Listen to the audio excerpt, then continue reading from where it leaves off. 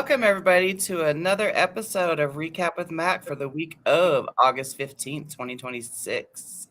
Before we get started on advocacy updates, Mac, I want to give you a shout out. Happy early birthday. Happy 76th Yes, early you. birthday. Thank Can you. I finally say it without your wife getting mad? It's just, This man is pushing 80. I've turned that corner, haven't I?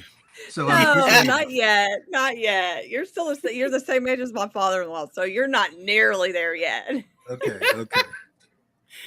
Well, thank you. But Very yes, kind. happy early birthday, Mac. Thank you. Do you want to go ahead and answer this, Mac? When Mac gets a chance, has Mac spoken with Dr. Goldstein, the DOH commissioner that told Massachusetts governor to schedule kratom? We have not yet. We're hoping to have a discussion both with the governor's staff, which we've started. We've had a preliminary conversation there, and we hope that we'll have a chance to talk to the Department of Health people, because we need to understand exactly what data they relied on. And I think we can help them once we get an idea of what that is, and point them in the right direction towards scientific information. What we believe is the case is that the scheduling here is really at the behest of and information provided by Andrew Kolodny. Andrew Kolodny worked with the governor when she was the Attorney General of Massachusetts, and they sued Purdue Pharma.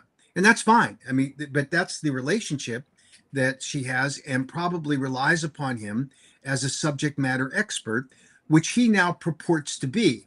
Because as we've discussed before, this is a guy who will stand before a legislative body in the various counties in New York, and he'll say two things. Every patient that I see, now that I've returned to my treatment practice, is addicted to kratom. That's what he says. And then he let the real problem slip when he started to describe his practice. And he said, well, what I do is I consult with physicians who've already screened a patient, and they have self-identified as being, an addict of kratom. And he comes to their bedside in the hospital and he consults on these cases. That's not a treatment physician of people coming in and him diagnosing them, and then randomly they might have a kratom dependency. He's only seeing patients who have been pre-screened by other doctors who have self-identified. This guy, in my opinion, should be held in contempt by these legislative bodies, because he's deliberately misleading them. He can get the Senator Mike McKell Award for deceiving people in the legislature. I mean, this is bizarre, but I think that the governor probably relied on some advice from Dr. Kolodny. We're going to explore that further. Certainly, we think that we need to do everything we can to educate the policymakers in Massachusetts, but we're obviously going to have to litigate this matter. And that's really unfortunate, because we're back in that game. But we did it in Florida and we're successful. We've done it in Ohio partially and we're successful. We're going to have to do it again, I think, here in Massachusetts, at least to get the attention of these public officials. Now, the legislature is an entirely different story. They had passed a Kratom Consumer Protection Act out of the House. It was in a conference committee, and the governor did not consult any of the legislators about this, as we've been able to tell so far. So more work to be done there, and people should just stand by. But this was something we did not anticipate, had no prior word on. They just jumped in, and there might be some of these governors are just reacting to this wave that now seems to be building of anti-kratom sentiment, and so we might see more of these. And we'll just have to stand by and deal with each one of them as they pop up. Sorry. Yeah. My dog's barking. I definitely wasn't expecting the Massachusetts. Well, I wasn't surprised, but it's just horrible. Like, I mean, all the board of health hearings that we've attended, we knew that this was there was a bigger picture going on. Yeah. What they were trying to do was there was like 350 board of health in Massachusetts. And what they were trying to do was get to at least half of those, so that when the bills go to state legislature, they could say, look, these Board of Health look at Kratom as a public health emergency, you know? Exactly. And Yes, so exactly right. A year, every single week, if not one, multiple every week over a year. yeah, I over a was year. just, I feel so, I mean, I feel defeated, but at least we know we tried. We Yeah, definitely well, tried.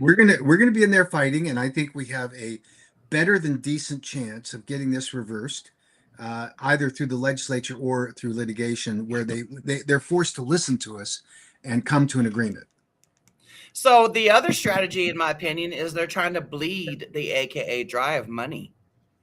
You know, they're trying to cut the head off the snake, or whatever, however you want to look at it. You know, they want to think that you guys are just gonna run out of money and just bend over and take it.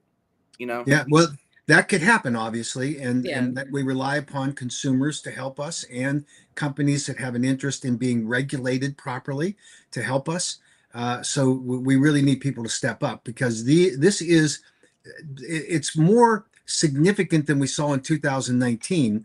I'm sorry, 2016, because in 16 it was just the FDA not using good information to recommend the scheduling to the DEA, and they repeated that in obviously in 2018. But today it's all over the country. You as you described in Massachusetts, you have hundreds of local boards of Yeah. health doing the same thing, and you're seeing that replicated around the country. So we've got to rise to the occasion. We've got to fight, because ultimately this comes down to two important factors. One, you have a substance in the form of a botanical supplement that has a proven track record of safety, buttressed by, even in product formulations in the United States for raw leaf kratom products, that's been accepted by the FDA and by NIDA as being safe for people to use, and obviously limited by the labeling instructions. So I think that we need to take that platform and push it hard against these anti-kratom people that are saying, oh, kratom is addictive, that it kills people, and that it's an unsafe product. And we know that that is not true. And you've got the anti-kratom array of people out there, the Patty Wheelers, the Mike McKells, the Dean Francis charade, and you've got other people that are joining that bandwagon for other self-interest that are involved. Yeah. I mean, all of the addiction recovery centers are transparently have a financial interest. So the old adage of follow the money, that's all you have to do with the substance abuse centers, and they need to be put in the proper perspective, and we'll see how the science falls out at the end. And here's a good example of how we can make a difference. In North Dakota, in Bismarck at the Capitol, we had a hearing with the Kratom Working Group, and we had the governor having put out a ban on kratom, ban on 7-OH immediately, and then a ban for 30 days on the sale of kratom products in the state of North Dakota. And you have a working group that was led by the person who went to the governor and collaborated with him about protecting consumers. And the bills there were 4 bills, 3 of which were from members of the working group, and one of which was a legislator who watched the working group. And those 4 bills that have been proposed for consideration in the special session in the first week in September, none of them is a total ban. Now, that tells you a lot. Now, what happened? What happened? Listened. They listened. And this is where we can make a difference. And I'm not talking about the charlatans, by the way, that say that they're great kratom advocates. I looked closely. I was watching because I knew she would be there, and that would be Robin Graham.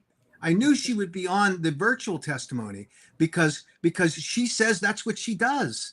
And I certainly expected Madeline Sklar to be there, because she's the premier advocate in the country for kratom, and she says it all the time.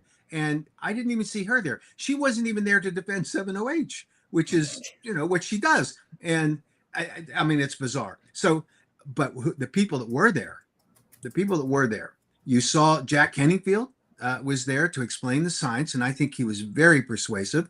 You had some North Dakota people that were there that really spoke up. I didn't agree with everything that the North Dakota retailer, the vape shop owner said. In fact, I disagreed with the part about 70H, Yeah, but me too. Yeah.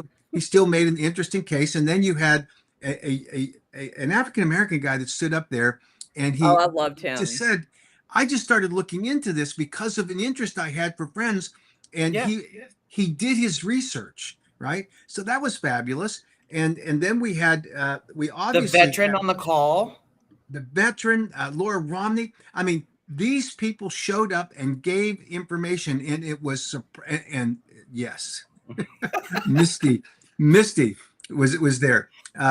Sorry, I thought you were Madeline Sklar for a minute, Misty. Then I Ah, realized, hell no, wait a no. minute, that's Misty. Sorry, just a joke. So here it is. Here it is. And they're over there on their other podcast saying, oh, we got mistreated by Mac Haddo again. Well, here's more for you, Madeline. You are a scam artist in the Kratom community because, in my opinion, you are out there parading around as if you're the premier Kratom advocate, and you don't show up anywhere, and you undermine virtually everything that we do along the way. So that's more fodder for them to beat up on Mac. Great, no problem. I can Don't take it steal because my advocacy. Don't steal Jen's advocacy. Don't steal Mac's advocacy. Yeah, Right, go ahead and and that's- clip that that's up what they do. too. Add it to your little clip. I mean, Yeah, Yeah, of go course. ahead. Let them do it. Let them do it. Give them something to chirp about, and it gets old after a while. But it's about results. It's not about rhetoric. It's not about what you say. It's what you do. And I was so proud Exactly. of the people that showed up there, and I was equally proud of legislators who actually listened. And when Jen spoke, and when Misty spoke, and when Laura Romney spoke, and the vape shop owner spoke, and the fellow that was just there, just having just learned about Kratom, defending his friends, they listened. So that was fabulous. And now the challenge is going to be that in the first week of the session, we're hopefully going to be able to, between now and then, work with the governor to get him to a position where he can accept a reasonable regulatory framework, because that's the name of the game. And I emphasize there in North Dakota, and I'm more and more convinced that this is going to have to be where we go going forward. And that is, you have to give the enforcement tools, the appropriate tools, to the state agency that is tasked with regulating it. And, I know, and it's been a big problem for us for the last 10 years, or last 7 years. Some of these states, and it happened in North Dakota last year, the health department came in and asked for this huge amount of money. I think it was 1.5 or $1.6 million in North Dakota. In Florida, they asked for, the first ask was $20 million. They're just looking to build their fiefdoms. They wanted, they said, well, we're going to need more lab space. We need to buy a new building. We need to build a new building. We need to buy all this new equipment. And, they layer one bureaucratic kind of demand on another. And then I remember the classic was, I was sitting in the governor's office in Colorado with Governor Polis, who prior to becoming the governor was a member of Congress who was a great proponent of Kratom. And I think it was the Department of Regulations that had this huge ask. I think theirs was like $3.5 or $4 million. And I was objecting to it strongly as being unneeded, overreach. You didn't need to have this group of inspectors going out, because for the purposes of controlling sales at the point of sale, you already have the infrastructure in these states in place to control alcohol sales at 21 and cigarettes and that kind of thing. So I think this is the kind of critical stuff that we need to do. And Is that an important call? No, that's right. And so the point here is that these agencies are always looking to build their fiefdoms, but we offered a reasonable plan. And in the proposed legislation, there's one of the bills that gives them about $230,000 or $40,000, gives them 2 FTEs.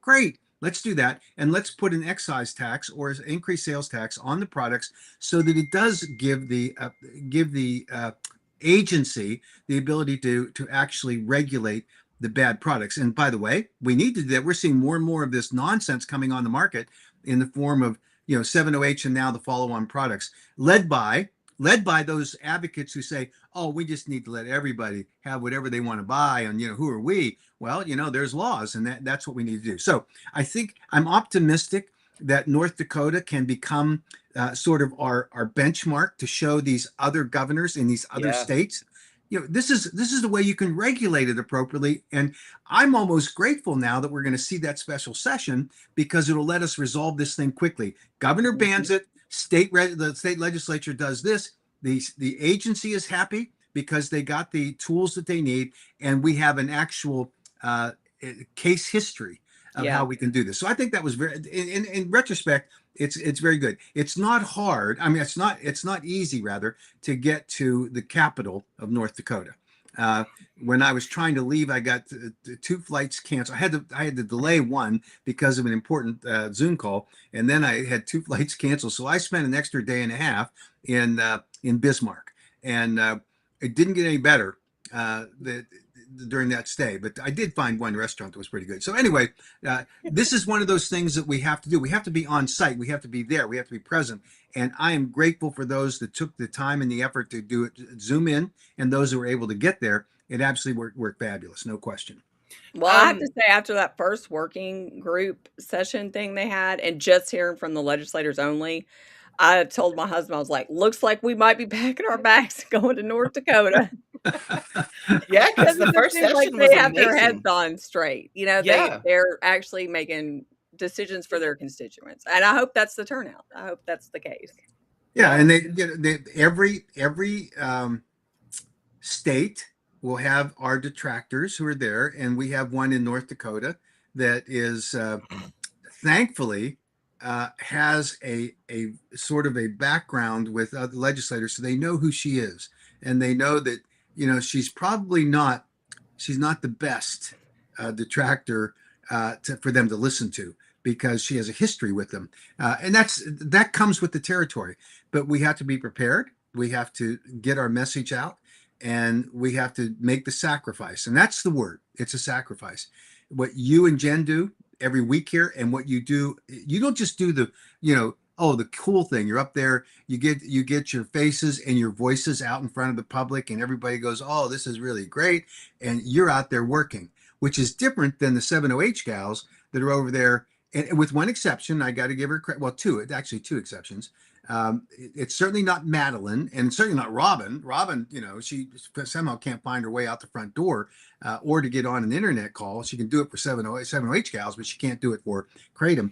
But you got to give at least some credit to Amanda Rayner, because she showed up at a hearing. I don't agree with her at all. I know in my opinion, she's a pretty mean-spirited person when you read the comments in the social media posts. She's scary. Oh yeah. Yeah, she's out there, but she showed up. So you got to give her credit, and I think Winkle showed up, and hey, thank you.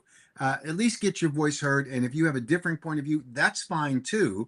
But bottom line is that their actions, I think, not the 7OH people threatened the access of every natural leaf kratom product consumer in America because of their behaviors, and their behaviors cannot be excused by anyone, including the 7OH gals, to say, oh, what's on the market now, so we're not saying that what they did was right. Well, if the law says that you cannot enter the marketplace without a reasonable basis of safety under conditions of use, and demonstrably you did not follow that, then you are illegal. You have to be taken off the market. So whether it's taken off by statute or whether it's taken off under the Controlled Substances Act, that you earned that. You earned the designation. You earned the fact that you didn't submit science, and now they're actually buying into what Ben Sanders said from the beginning. Oh, we didn't do any science. We didn't bother with that that stuff that you have to do to get on the market.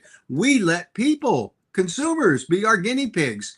And now the 7OH gals are actually buying into that.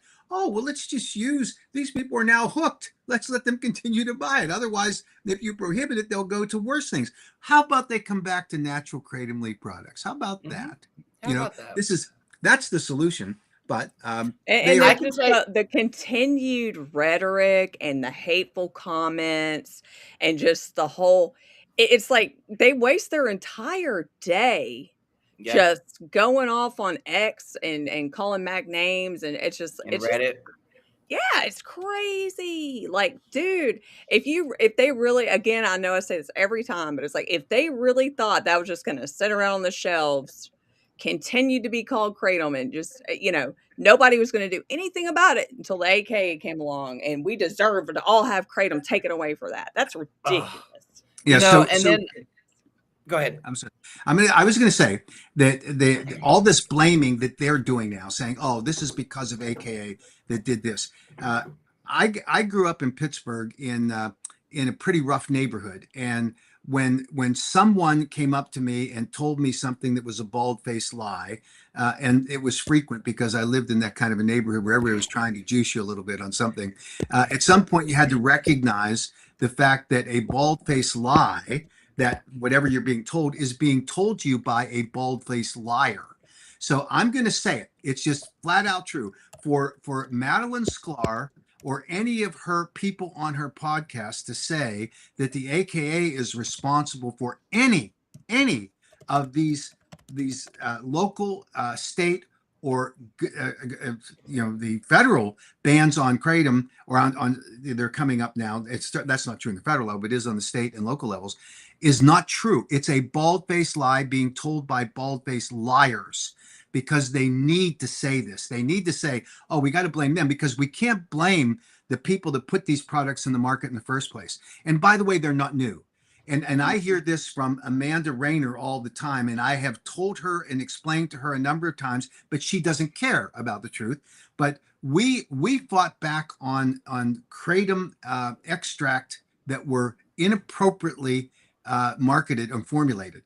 We did from 2019 said you cannot use any of the solvents that you design and then build an extract on unless it's an FDA approved food grade solvent, right?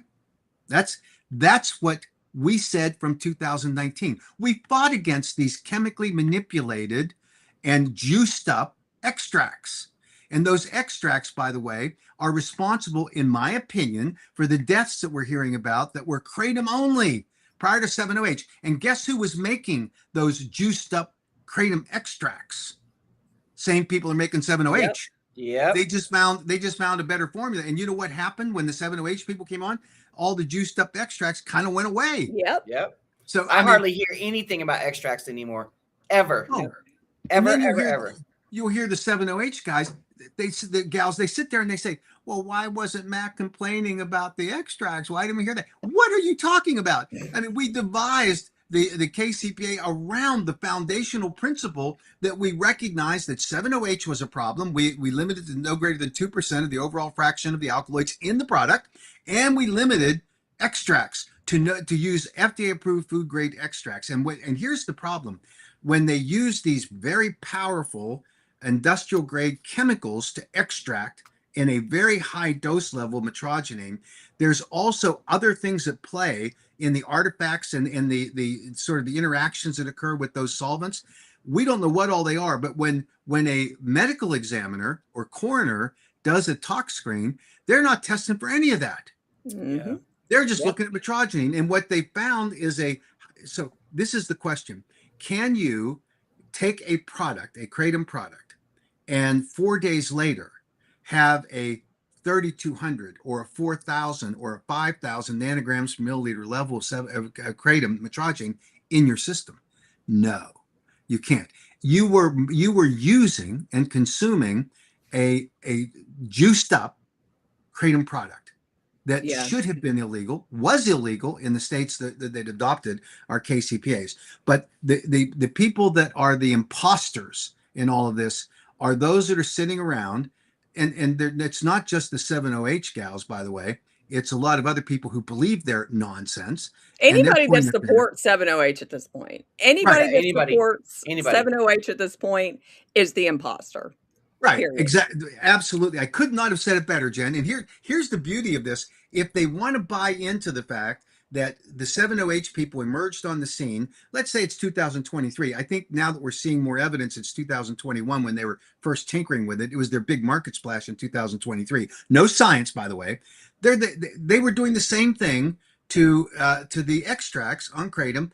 And that's why we see all of these people thinking that it's true. And I don't doubt their sincerity. They happen to be sincerely wrong. These people that are saying, "Oh, the medical examiner told me it was just pure leaf kratom." No, It was a highly concentrated, chemically manipulated, and changed the word 7-OH to an extract that should not have been formulated that way and contained very dangerous chemicals in it in order to get the metrogenine to that high level and extract out all of the other alkaloids in the kratom plant. That was not kratom at that point any more than 7-OH is kratom today. So that's the clip that I hope Madeline will play next week. What we just went through. And Madeline, you are, in my opinion, lying to everybody when you defend the 7-OH industry the way that you've done. And you are lying when you say, oh, I'm not for the 7-OH industry. I'm not saying I've had nothing to deal with them. She was on their advocacy webinars. She said, now she takes great offense that I ask her the question, are you taking any money from the 7-OH industry?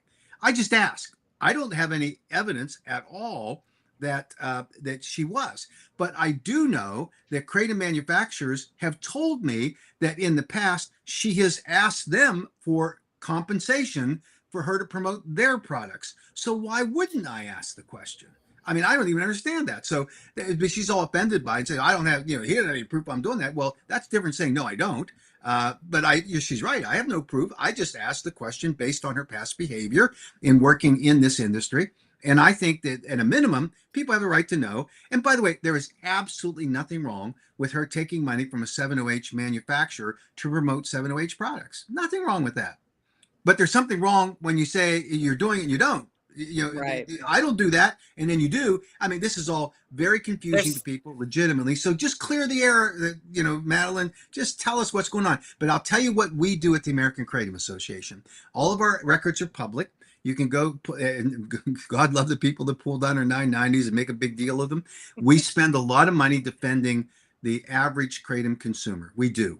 And we work hard in order to make that happen. That's why I spent, almost 3 days in Bismarck, North Dakota.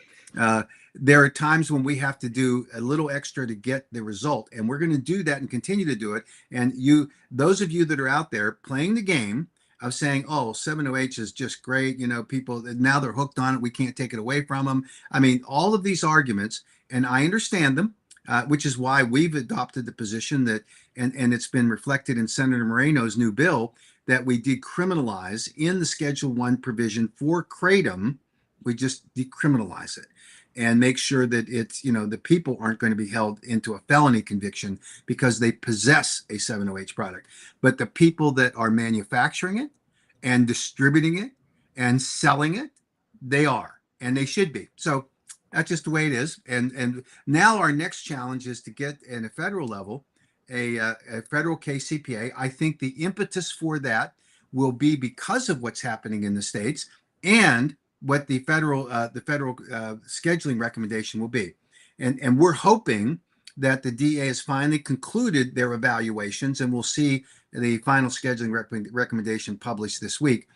Based on the latest set of rumors, we should see it here either this week or next. So, and it couldn't come soon enough because it will bring clarity to this issue. And I get it. There will be people in the 7-OH community that will be wailing and gnashing their teeth that, oh my goodness, do not blame anyone but Heart and Seven Hope Alliance. Yeah. Just look at it.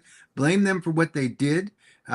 They deceived most consumers coming onto the market. They got them hooked, addicted to a full-blown opioid with all the signature effects of opioids, and now they're suffering the consequences with the downside of addictions and unfortunately deaths. And that's going to have to be on their heads, not on ours, who are saying, now you've got to remove those products that are doing those things so they can't continue to bring more people in.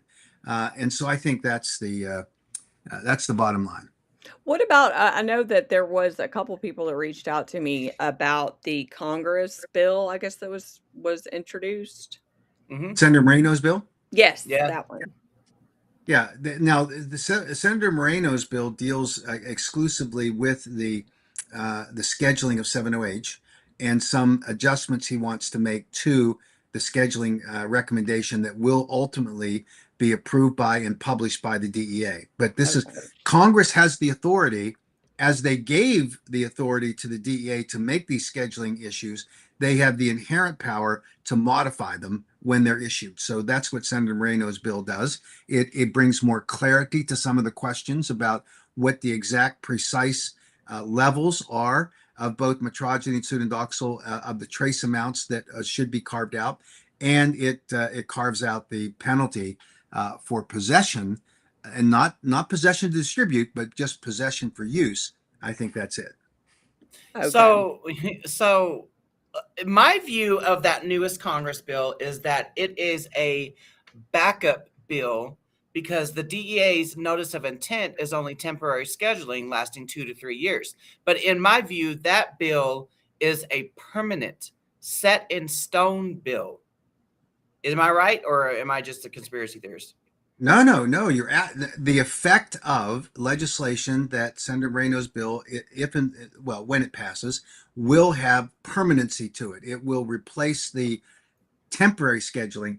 Typically, when the DEA does scheduling of these kinds of substances on a temporary basis, they only have to prove 3 factors of the 8. Then they have the 2 years, with the potential exception of another year, or addition of another year, to permanently schedule it using all 8 factors. So this will bring to, as you've stated, it will become permanent at that point, and it will be the law. Okay. Yeah, so it's not because of what Michelle posted up. It's not because of her view of, do you think the DEA's notice of intent is not going to be published? Because this bill has been introduced. So in my opinion, Ms. Ross just has a hard time getting her arms around the truth and the facts. She's so biased by her efforts on behalf of the Seven Hope Alliance. And this was one where she was predicting months out this would never happen. This was just a pipe dream by the AKA. And then it got more intense when she realized that, the reality is going to set in, and all of her advocacy for 7-OH was going to come back and bite her hard. It has. And it is not because of her, by the way, but because of the people that had hired her to advocate in their behalf. Those are the companies that are responsible for the hellacious problem that are confronted by many 7-OH addicts today, because they sold them a full-blown opioid as it were a kratom product. And all of the arguments that Michelle Ross has made, and Jackie Subek and others, Jeff Smith, all of those require them to twist and contort the facts so hard in order to get to a conclusion that it's just not recognizable in a public policy perspective. These legislators want the truth, and the truth is out there, obvious for everyone right now on the federal level, that 7-OH needs to be scheduled. It has all of the criteria that are required for the temporary scheduling because of its chemical reformulation. And that's the distinction. That's anybody that's living in the real world. Anybody that's living in the real world and seeing the real life things that are happening can see that. Anybody that doesn't have their heads fogged up with 7-OH chemical soup. Yeah. That's part of the tragedy, is that deception started with these companies calling it kratom. Yeah. And then they started saying, but it's the same as kratom. And that's where Miss Ross got into this. Don't you understand that kratom gets converted into metrogeny gets converted into 7-OH in the gut? Well, actually, no, that's not an accurate characterization. It does at very low levels, so that you never get blood levels and blood plasma levels that match or even come close to the artificial, synthetic, chemically manipulated, whatever word you attach to it, 7-OH products, because that hits your. Now, again, they realized right up front that this was a problem, because if they just take 7-OH, your liver goes in full-blown attack crisis mode, fighting it. Kratom, it just naturally metabolizes it, right, over time. And 7-OH was a problem. So what did they do? They bypassed the liver. They went right to sublingual and chewable tablets, goes right to crosses the blood-brain barrier, blood-brain barrier. I can see that's a tooth that I'm working on. That's going to be replaced soon. And that's not the only reason. I'm blaming the tooth. It's actually because I'm old and decrepit. No. But bottom line is, it crosses the blood-brain barrier, and it hits you like a opioid does.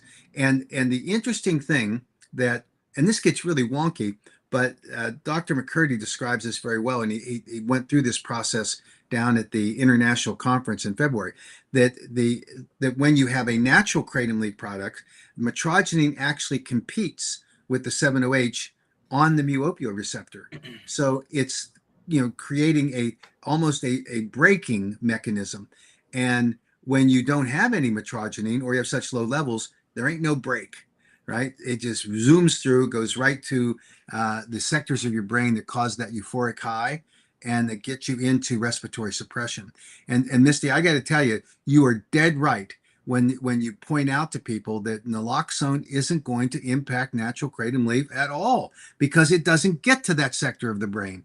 Right. And if someone is saying, if they're saying to Dr. Andrew Kolodny, oh, I'm addicted to natural kratom leaf, and he slaps them with naloxone, that's almost malpractice, because you don't need naloxone. It's not going to do anything for you. You're wasting a good dose.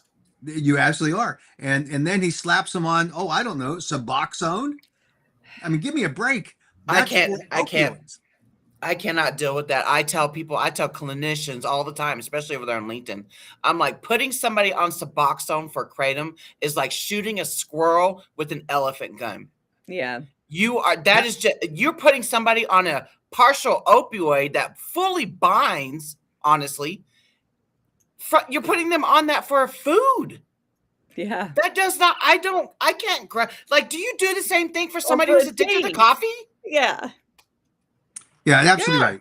So just to recap where we've been here, we know that North Dakota is headed in a pretty good trajectory right now. We've got a battle in Massachusetts where hopefully we're going to be able to stimulate with the state officials there through litigation, which I think we're going to have to file. So we're working on that. We've done the same thing in Florida and Ohio, and with pretty good results. We're still working in Ohio to clarify that. The Florida situation is going to be triggered by a new rule that will be enacted by the Attorney General that will align with, or at least be generally consistent with, the DEA notice, on 7-OH. So we'll see how that plays out, and that will trigger another FTAX rule. So again, these battles come up. We've got a meeting in next week in Montana, where there's going to be a similar working group passing on. In that case, there are two bills, one ban and one regulation. We'll see how that plays out. We're going to be down in Georgia with Chairman Townsend, who is heading up the Blue Ribbon Commission on youth exposure to kratom. And I thought it was interesting that the chairman, who is supposed to be overseeing a Blue Ribbon Commission, whom you think would see the responsibility of being somewhat, balanced, is now putting out anti-kratom stuff on his Facebook page. I mean, so I'm on the agenda to testify down there in Brunswick, Georgia. I'm looking forward to the opportunity to calling out the chairman for, are you being fair or not? And I think we can show pretty clearly that he's not, that he's really just mimicking what his good friends Matt Wetherington and Eli Cohen are saying, and that's all he's about. And the most important thing that I want to convey to him is that, Chairman Townsend, we pitched you on giving the agency the enforcement powers that you are now crying need to be done, and that's why we have to ban it, because, as a matter of fact, you rejected it. And he did. He's the one that said that we couldn't have those enforcement powers because that wasn't what he was about. He was just helping out his friends in the trial lawyers group with Matt Wetherington and Eli Cohen there. So that was ridiculous, but that's the way it is. So we've got that to deal with. We're continuing to work with the California people to see if we can get some kind of resolution. If, and this is a big if, the FDA does what they say they were going to do following the scheduling recommendation being formally published on 7-OH, there was an understanding that there would be a correction to the FDA's website that would clarify some of the misimpressions that are the basis for the state of California and other jurisdictions that are using that and that includes Ohio and New Mexico and a bunch of others. So this is something that we just have to fight back on, and the FDA will hopefully make those changes so that it gives us the tool to go in there and explain to legislators that the FDA simply used bad language in order to get to a result that confused people, and the confusion is the basis for it.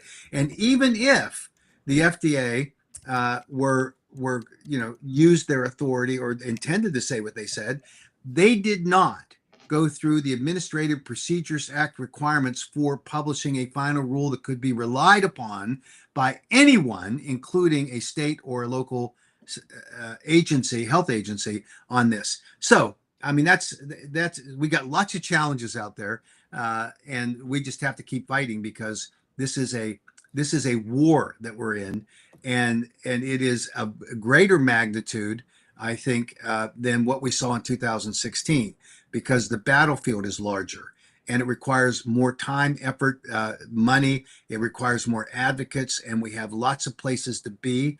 And we just need to rise to the occasion. So every Kratom advocate needs to step up and help in that real way. Kratom advocate. Real Kratom advocates. Not just somebody who's sitting around having a little gossiping circle and well, they're not stepping up anyway. Thinking that legislators are going to sit there and watch live streams like that. Yeah, no, it ain't going to happen. You move the legislation needle by being proactive, by having boots on the ground, gather up your troops, just like Laura, Jen, and I, we're going to do like a little advocacy training type webinar, pretty soon, because these state legislatures are about to be on and popping once again. Yes, no question about it. Exactly, Heidi. Dr. Heidi, in with that, we will rise. Yeah. I have this question for you, Cassell. She said, "What are you doing, John?" All right, I'm sorry. Wish I could get Arkansas on board with regulating kratom. I am doing everything I can to get the bill back on the pre-files in November. What advice do you have for that? So one thing that will help, we obviously want to be back there. Our problem is with the governor. The governor shut us down after it had passed the Senate last time. So we really need to move the needle with her. One thing that will help, and it's an effort that we're really examining closely, is to challenge the decision in Wisconsin by the Controlled Substances Board to call all kratom illegal. We want them to go back and limit it just to 7-OH based on what the feds do. And here's the interesting thing. Most states have a provision that says the state law will mirror what the federal regulations, Controlled Substances Board substances are. That may be our pathway in for there to be a serious reexamination, and maybe the governor will be interested in looking at that position to see how it plays out. So that's some work we have to do. I know that the latest example of where Arkansas popped into the news was that pro basketball player that got stopped on a traffic stop, and they found kratom in his car, and he pled with them that kratom was legal. They nailed him with a felony charge, and then a short time later, he's dead. And it's because of an overdose of cocaine and heroin, but maybe it was the kratom that was helping him with some equilibrium there. And that's tragic, but maybe that's a lesson that the Arkansas officials and the governor can take away from that unfortunate circumstance.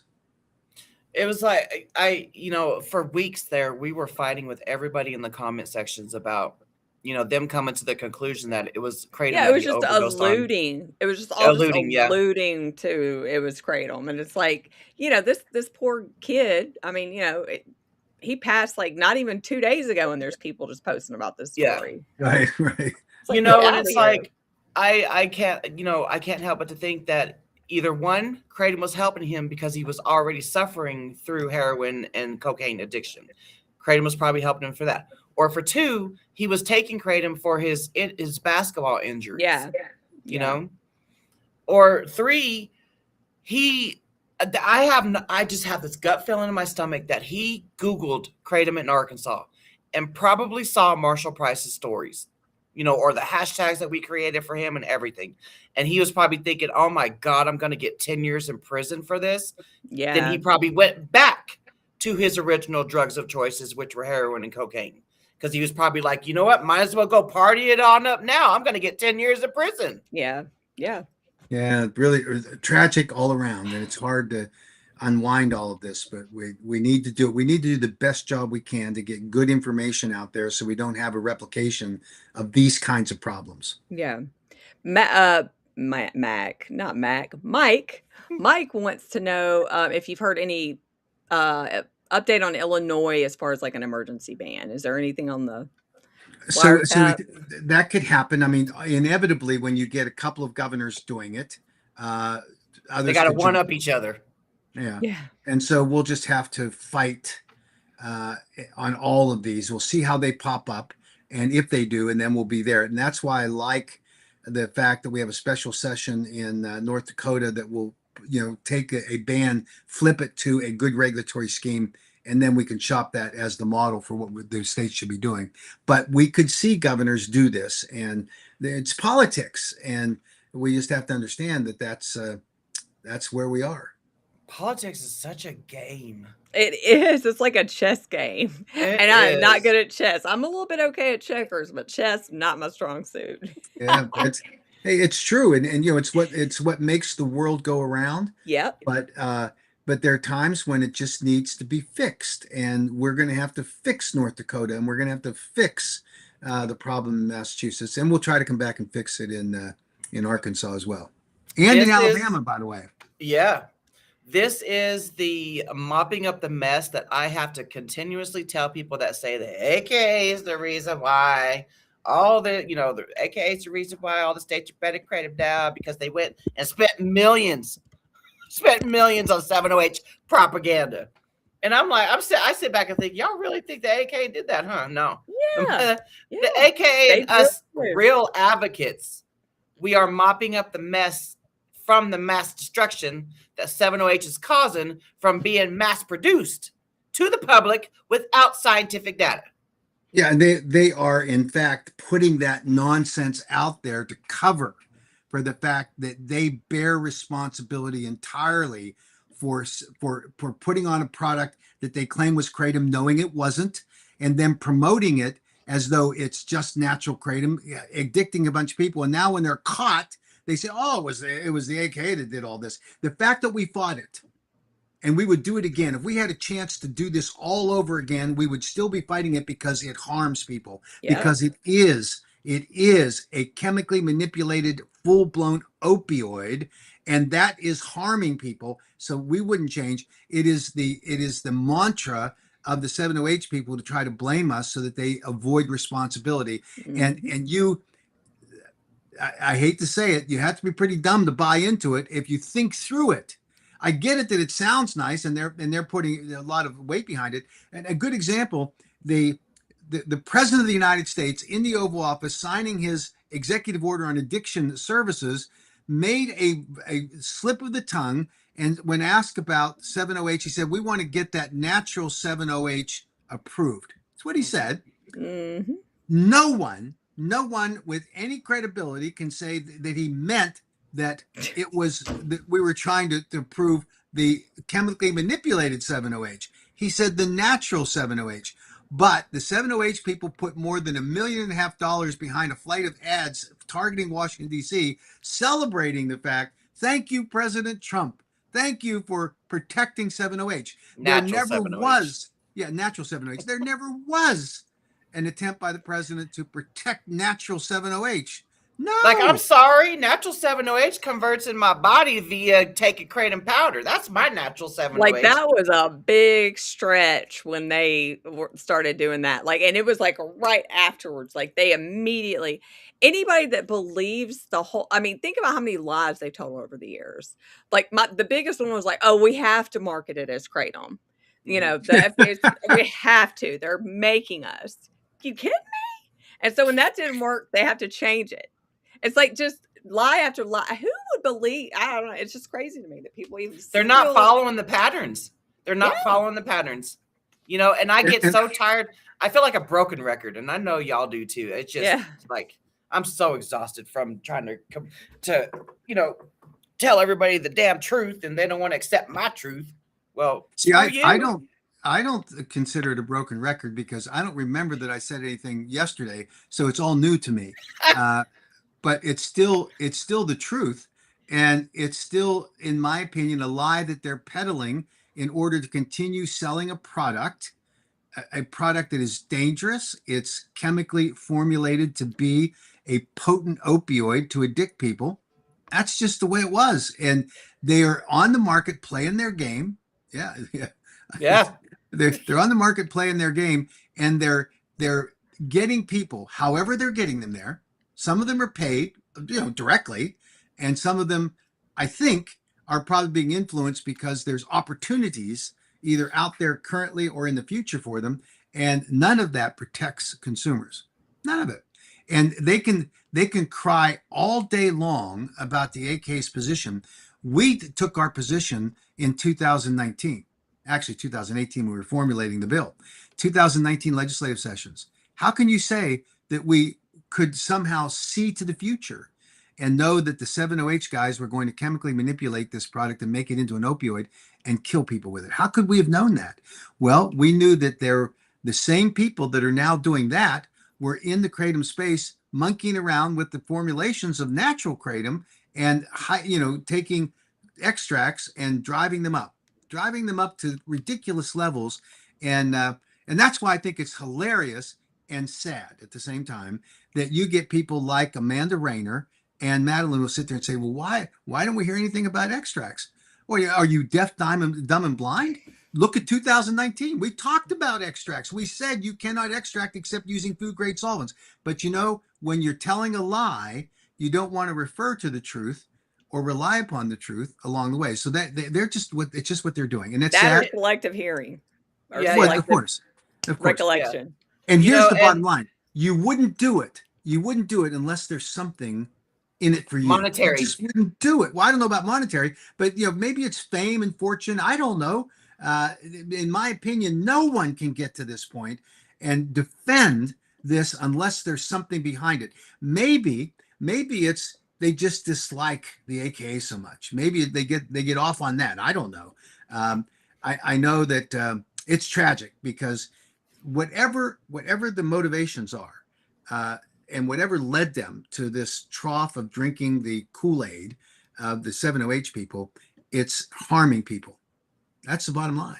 And it's doing something else.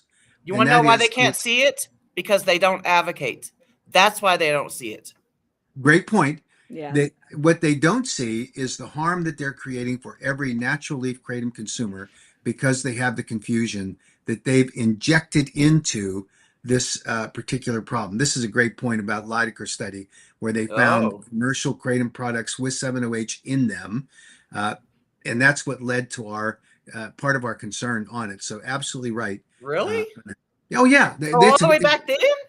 Yeah, in 2016, Dr. Lydecker published that study. We saw it, and that triggered let's get into this and make sure that we're not letting these 7-OH guys play these games. So I remember Dr. Jack Henningfield at that congressional briefing in June, talking about him up there dancing around the mic. I love that. Him talking about how he warned everybody way back when, but I didn't remember the date. Dr. McCurdy was on I can't remember what interview it was, but he was talking about 2021 or 2020. He had kind of had premonitions of it, so.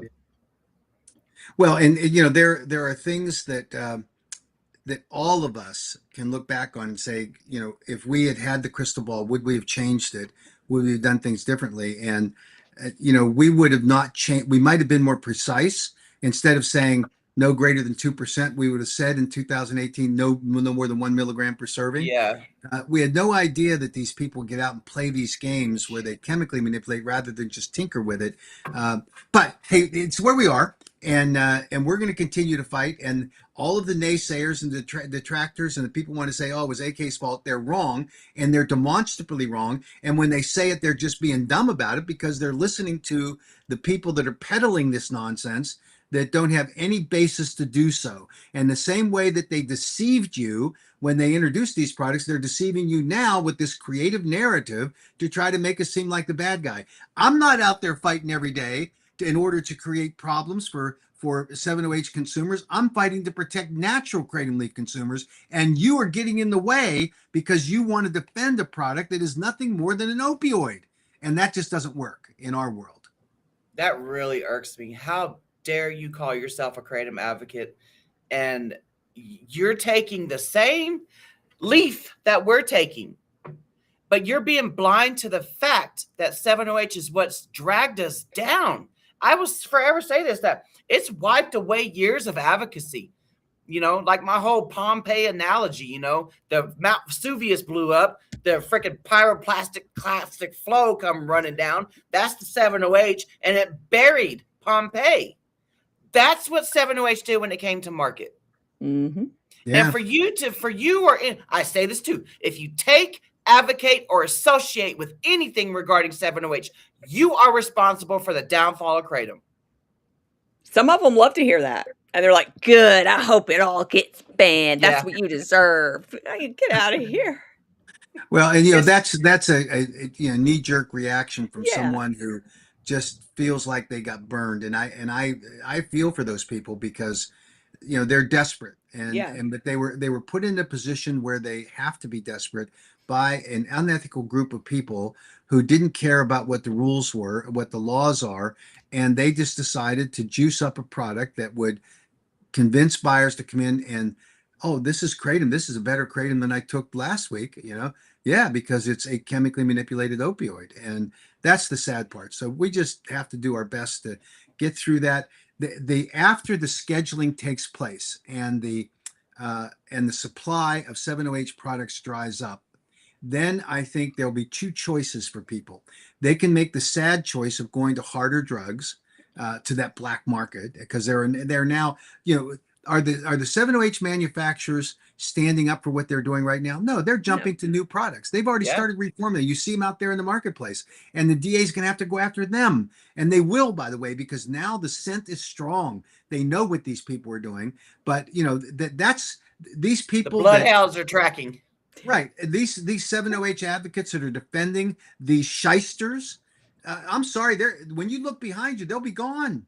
Yeah, they'll be gone. They won't be there because they're off to something else, and you will be left there alone with all of the carnage that comes from having supported them in the first place and not being misled by them. You would have been safe. Now, the other choice is for people to go back to natural kratom leaf products and deal with the problems that now drove them to 7-OH.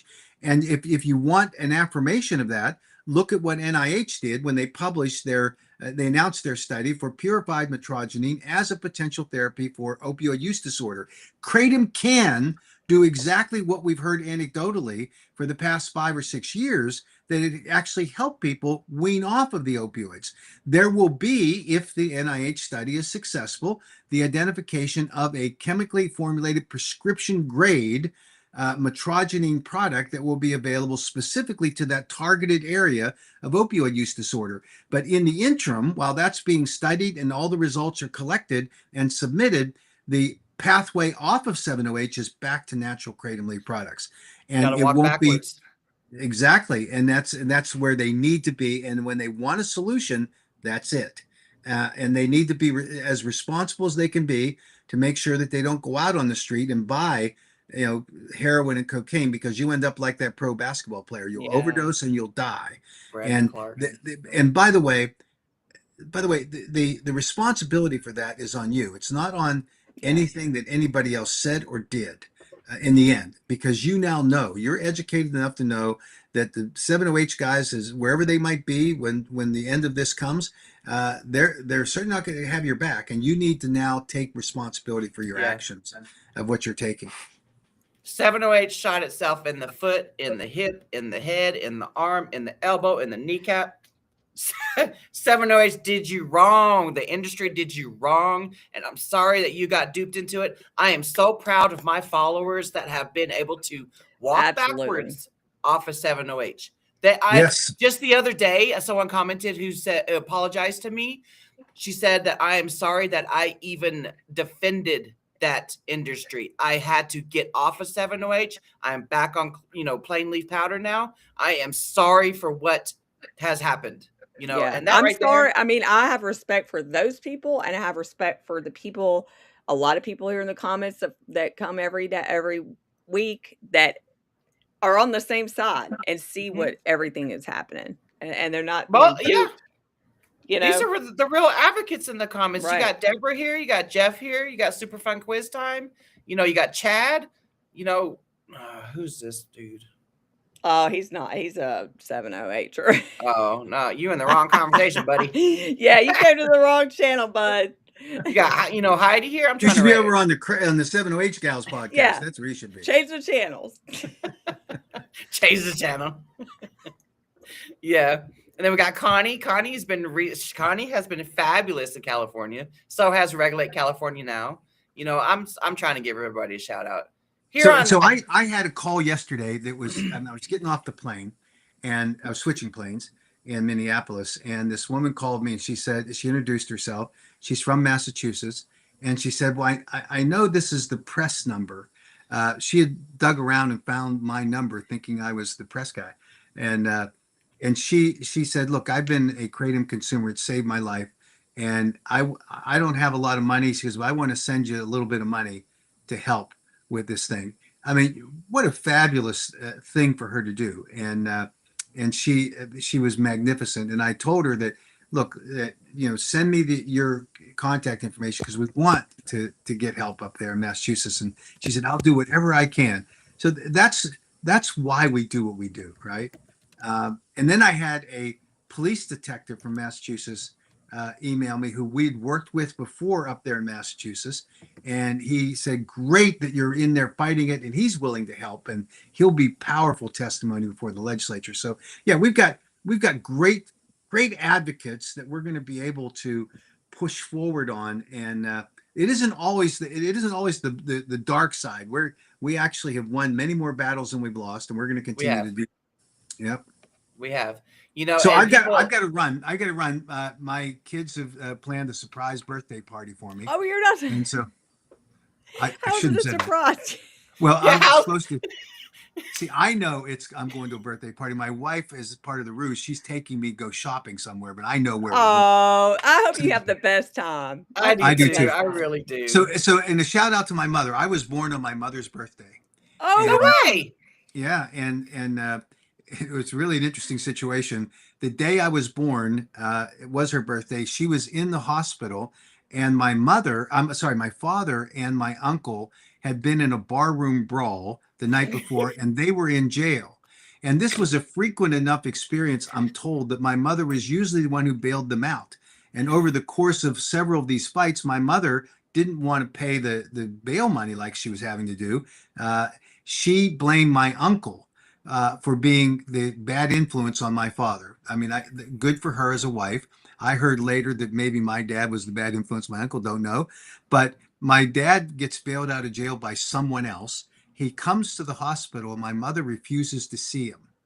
So he wanders down to the nursery, and the nurses holds me up so he can see me. And she said, "This baby doesn't have a name, and it's been 2 days." And so my father, thinking that he's funny, he names me after the uncle that I was in jail with, that he was in jail with, and his name was Charles. So my first name is Charles. And my mother never let anyone call me Charles ever in her life. I had a school teacher that didn't like the word Mac. And by the way, Mac comes from McLean, which is a middle name, which is on my mother's side. My dad was at least smart enough to have a middle name on my mother's side. And I think I was in third grade, and the teacher didn't like the informality of Mac.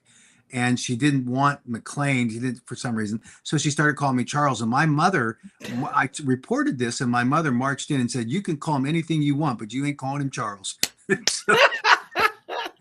That damn bad influence uncle, I swear. You always got that uncle in the family. Every family's got one. I'm telling you. And so that was how I got this name. But McLean is, again, to form Mac has been my nickname ever since. But my mother was a warrior when it came to people calling me anything but Mac. And now I have my passport and my TSA check and all that. It's always Charles. And I laugh when people say, Charles, thank you. And they pass me through, right? Pretty funny. Well, we call you Mac Daddy over here on these parts. Yeah. My kids have done that for years, so I understand. Oh, that's awesome. So thanks to both of you. Thanks to everybody out here. I mean, all the people that are giving us help. We appreciate it very much. Okay. And thanks for the birthday wishes. Go pretend you got surprised. Yeah. Thanks. Bye, Mac. Bye, Mac. All right, see you later. That was is a so cool story. hilarious. We always get little tidbits of his life story, and it's always funny. Whenever I hear somebody call him McClane, I think about Die Hard. Yes. You know that movie's like crawling Yes. through the vents. I love that movie. Those movies. Yeah, Chris, I want to give you a shout out too. You're out there doing your advocacy thing. Cassell, I think if I'm saying your name right, I hope I am. But she wants to get involved in Arkansas, which we desperately need. Yes. Yeah, we And actually Shannon? were there last year. Last April. Yeah. Was it last year? It was last year. Last year. Yeah. Yep. And that's when we found that, it passed. It was going to pass both the House and the Senate, but the governor was being a doo-doo head. And, she said. You know what? The governor was being a doo-doo head supposedly by word of mouth. Yeah. Because that Department of Health lady got up there and testified and said, if this goes to the governor's desk, she will veto it. True. That was That just was word of word of mouth. mouth. True. So we'll give her that benefit of the doubt. You're right, Misty. I just It have said a like hard. Castle. Oh, Castle? Okay. Okay. I'm saying Cassell, like gazelle. Castle. Nice to have you though. And again, like me and Misty were saying, I think she got it up here. Get involved. Yeah. Email Laura, and we're gonna do this Advocacy webinar. thing. I think we should call it some like just advocacy. I don't know. We'll find something. I'm so tired. I can't even think. I know you were just dropping your boy off at college, man. I feel like I've been around the world, but that dang kratom had you live long enough to drop your boy off at college. Dang it, Governor DeSantis permanent. Oh yeah, the next governor. I mean, anytime there's a change at any new legislative year, anything can happen. So even if there is a KCPA, if there's a bill that's introduced by anyone, it can always be overdone. Yeah. But if like there's a bill signed, you got that year. You got that year where you're cool. I was gonna play. I have to go to the bathroom, but not Misty. Good Lord, see, I can't even talk. Heidi said this should be our theme song, so I'm gonna play this real quick. Is it gonna make us copyrighted? Oh shoot! I bet it will. I'm not gonna play it. Yeah, we gotta be careful with that because it might copyright You always us think about it. I never remember the copyright thing ever. But yeah, I hadn't heard it. It's called Rise Up or something. So we'll have to listen to it afterwards. Yeah, dude, Rhode Island was vetoed, but the ban still got overturned. Stand with Arkansas. Yes, indeed, Kathleen. My father. I am so sorry, dude. I cannot stop. My father's name and my brother's name are the same, but my brother goes by his middle name. What was that question you put up about DeSantis? Who was that? I think it was Tracy Mike. Dang it, I forgot to ask Mac about what was that? Remember last week, I think it was, where he was talking about the new product, 90H, or was it 13OH? Oh, it was 908. 908. I forgot to ask him about that. All right, I'm gonna go to the bathroom. You take this, or Okay. Is the Kratom Protection Act signed by Governor DeSantis permanent, or can the next governor get rid of it and change the direction? We lost Ocala in Florida. Ocala is not lost, Tracy. I know that the mayor was wanting to talk about it again, but I don't have any update about when.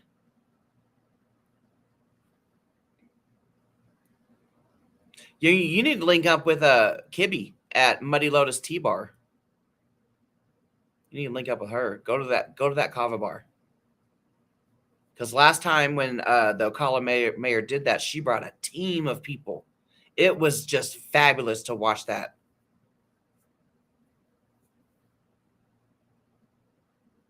I know that when I went to Florida in February, it would have. I was like, that right there would have been a good opportunity for me to go to the Muddy Lotus T-Bar to go meet up with them and go give everybody hugs and all that stuff. But it was like an hour and a half away from where I was at. So it just, it didn't. It wouldn't have made. I mean, it made sense to me, but it wouldn't have made sense. Because I was at, where were we, Heidi? Orlando? Yeah, we were in Orlando.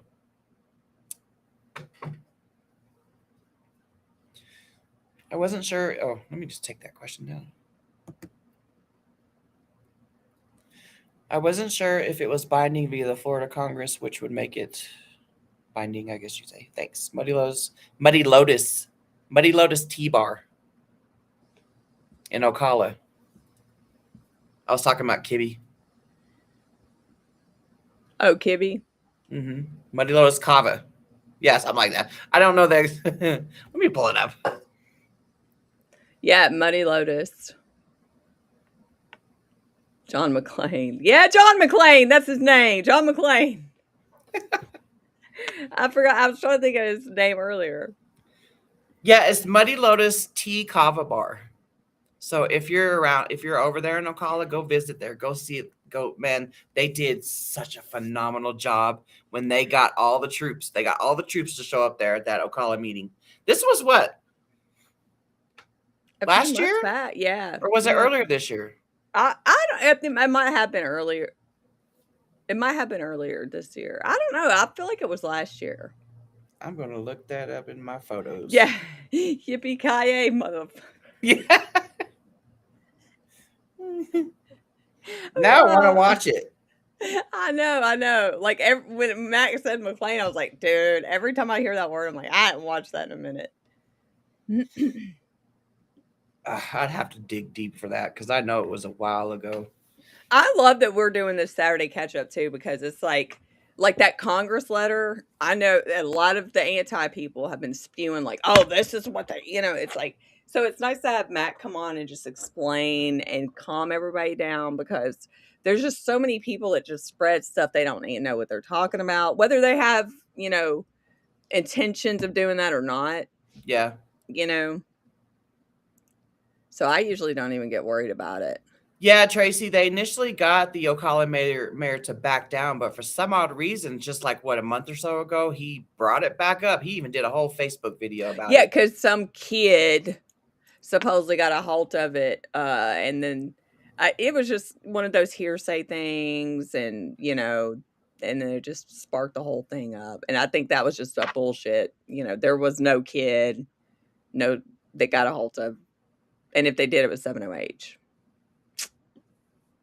From how they describe it. Muddy Lover is a great name. That is actually a good name, but it's Muddy Lotus. They are such a vibe. If I had them, I didn't go. We didn't go, Heidi, either. But I thought about it. I was like, because it was like an hour and a half away from Orlando, and I was like, man, that would have been a good opportunity to go over there. Get my hug on. Is this Heidi? Is this the song? I can't play it, man. I really want to, because I did do like a screenshot and copy the link, but I think we get like copyright violations, and they'll make us like take the whole audio down from our freaking whole video. Yeah. If we were on TikTok live, we could play it anytime. Over there on TikTok, if you're on lives, you can play any song. It does not matter. They don't shut you down.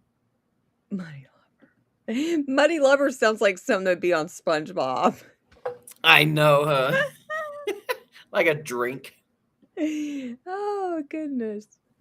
Yeah, I want to check that out, though. Maybe we'll do it on our next TikTok Live. We need to do a TikTok Live instead of jumping on hijacking Jordan. I know. Jordan is phenomenal. I love Jordan. I love Jordan. I love him. And, you can feel his passion, especially with this BS after Massachusetts happened. We're all just fed up with it. We're all just fed up with it.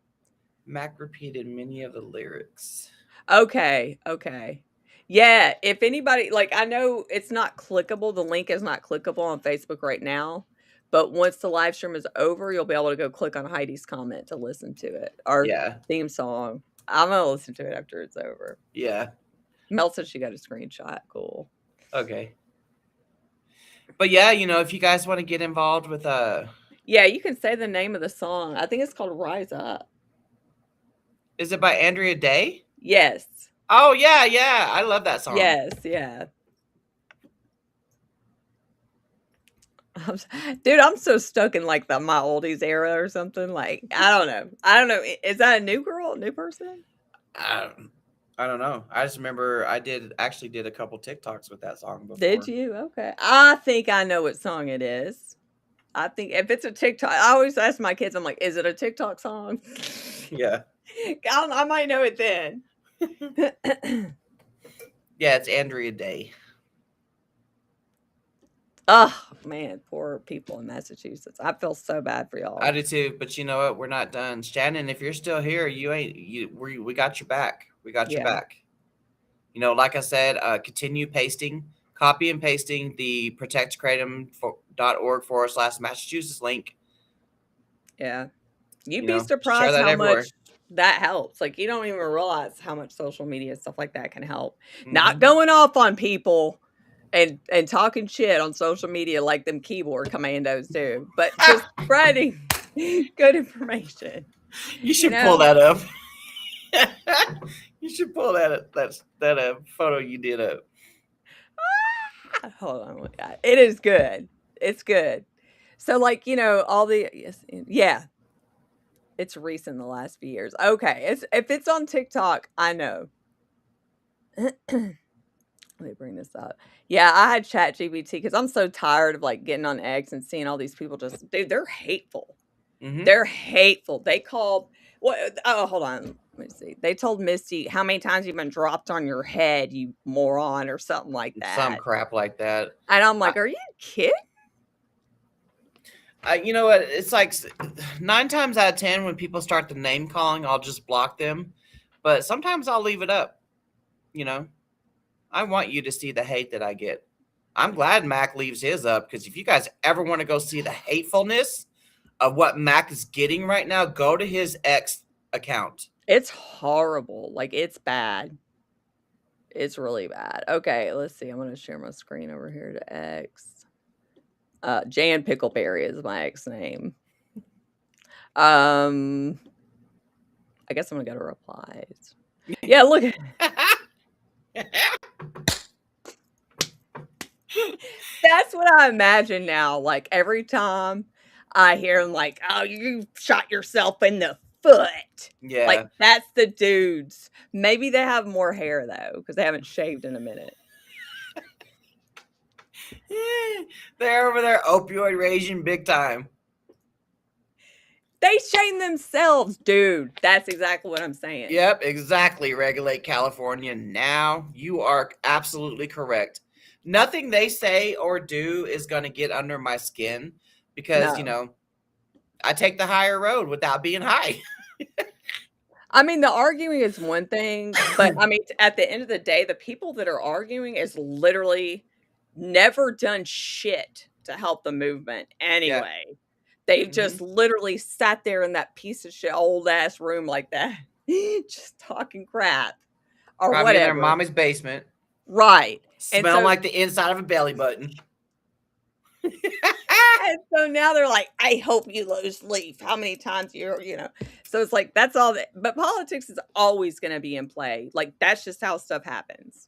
Like, that is how laws get made. That's how they stay made. It sucks because politics totally sucks. But, as far as, the arguing, like, I'm tired of sitting back and not saying anything. Since you're on here? Since you're on here? Oh, since you're on there? Go back there. Go back there. Let's go read Mac's comments. Oh, okay. Not Mac's comments, but, the replies that he's getting. Oh, dude, it's awful. Yeah. Hold on. Let's see. I'm sorry. I'm trying to. Okay, here we go.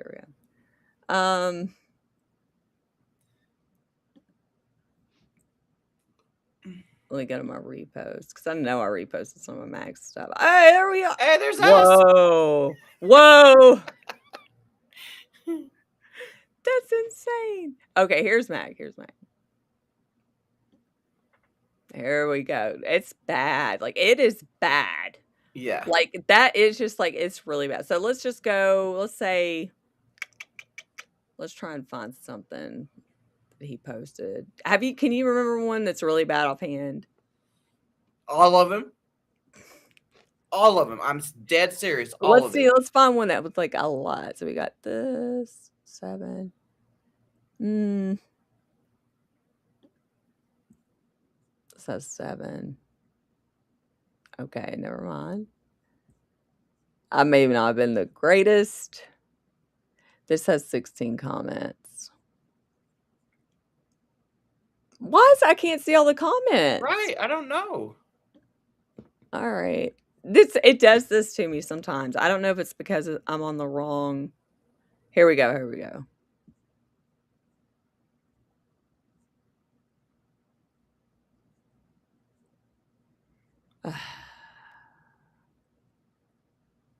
Here's one of them. You don't find any of this ironic? Yeah, this is one of them. Yeah, I love Kate too. Yeah, me too. She's good. Yeah, womp womp. Prohibition replaces safe substances with unsafe ones. You know, that's it. He has been kind of rude, but he's not disrespectful. No, there's mofos on there. Hold up.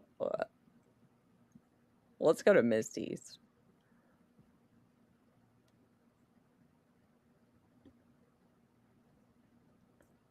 And then it's just, the X comments are reminding me of Facebook, where I don't even get notified when someone's commenting, so I have to physically go into my things. Yeah.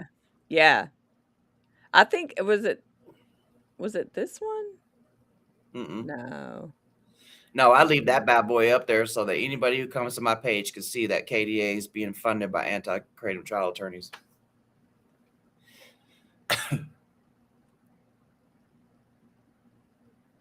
Man.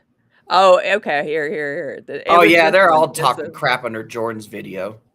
But you know what? Go back up. Let me read what I wrote. I'm going to read y'all what I wrote because I meant every word of it.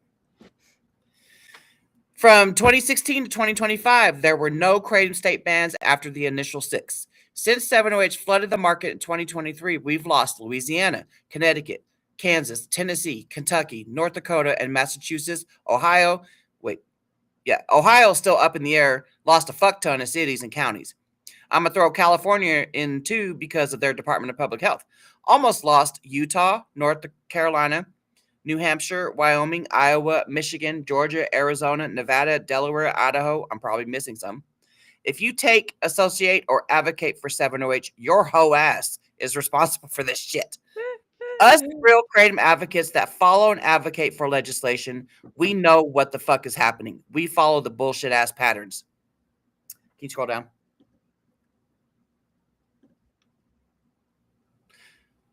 You keep if you don't like cuss words and stuff, put your earmuffs on. You should have done that already anyway if I'm here. You keyboard cuts and grifting gossiping bitches can go to 7OH hell with gasoline granny panties on.